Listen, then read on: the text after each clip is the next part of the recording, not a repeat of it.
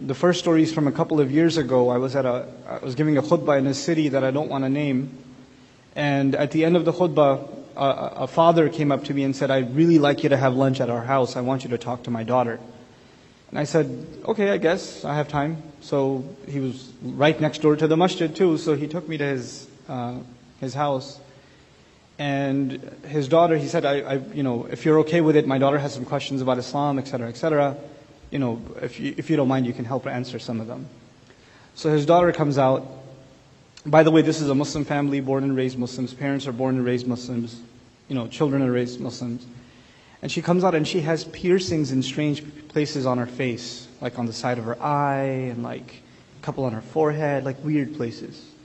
You look at that and you go, ouch. But anyway, so she sits down. I'm kind of weirded out at this point, but okay, you know what? Let's have her ask her questions. And she had about 30 of those. She had about 30 questions. And I didn't answer any of them. I just said, "So what else?" I kept saying, "What else?" And she kept adding stuff. And she had questions like, "Well, I have some friends at high school and they're gay and they're not bad people. They haven't killed anyone. So why do we hate them so much? And why did God make a hell? Why do you have to do that? What's the point? If he wanted to make a hell, then why did he create us to begin with? If he knows we're going to go there, then why did he do that to us?" And she said, "Well, what's so bad about having a boyfriend? It's not like, murder. I'm not that bad. What's the big deal? Why did we make such a big deal out of everything?" And I said, at this point, internally, I've already had 3 heart attacks, but externally, I'm saying to her, "What else?" And she just keeps going and going and going. And mind you, her father is sitting there, so if I'm having seizures,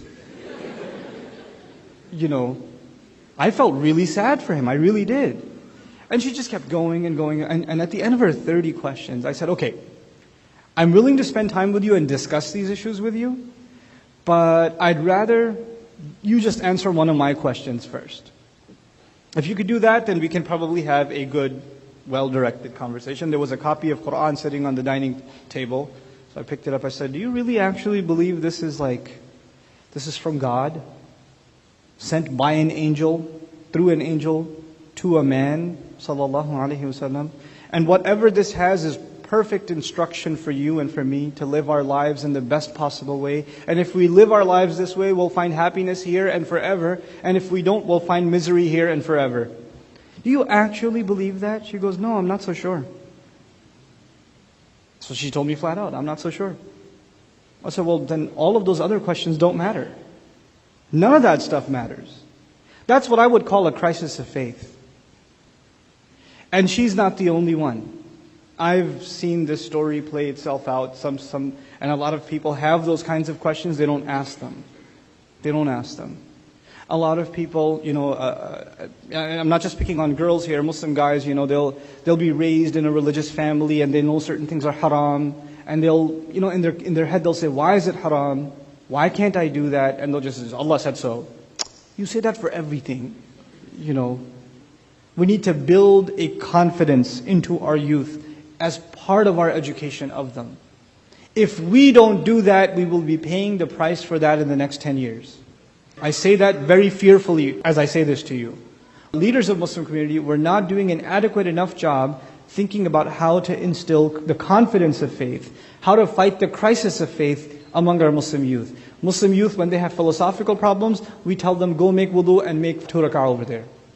And if that doesn't work, okay, come back and I'll give you a special dua, recite that and your problem will go away. Listen, if they have a philosophical problem and if they have doubts already, the spiritual solution is there, but you cannot ignore the intellectual solution. You can't. Our deen is intellectual. Our deen is not blind faith. Our deen is powerful. We have to believe that, and we have to instill that belief into our kids.